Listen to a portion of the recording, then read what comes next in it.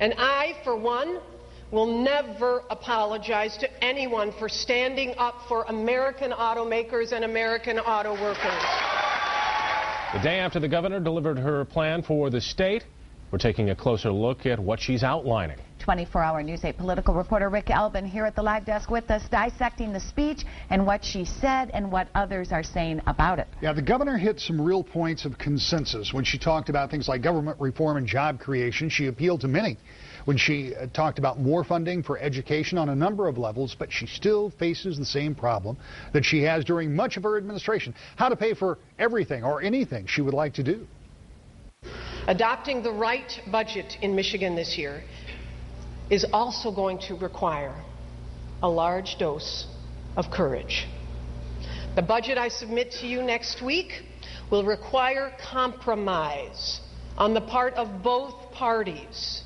It will ask Democrats and Republicans to put narrow ideologies aside and put the common good ahead of the interests of key constituencies.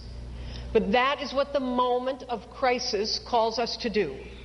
But it is that budget process that could derail all of the talk of reform and cooperation, though some remain optimistic. Listen to the responses of lawmakers who alternately say they want a budget resolved quickly or are worried that where the governor unveils her plan next week, it will include new, to them at least, unacceptable tax increases.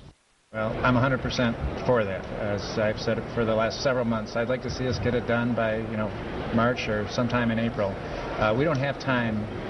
Once we get past that, we're in an election cycle, and I'm very worried about us doing our jobs properly. So I'm 100% behind early action.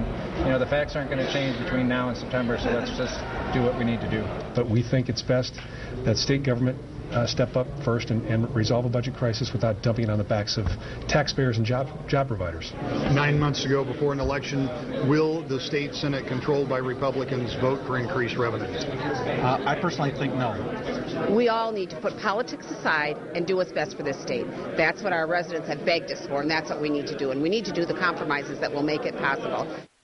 Bottom line is, it's an election year. The budget problems that have plagued the governor and the legislature for years have only gotten worse. Shortfall is as much as $1.7 billion anticipated this time around.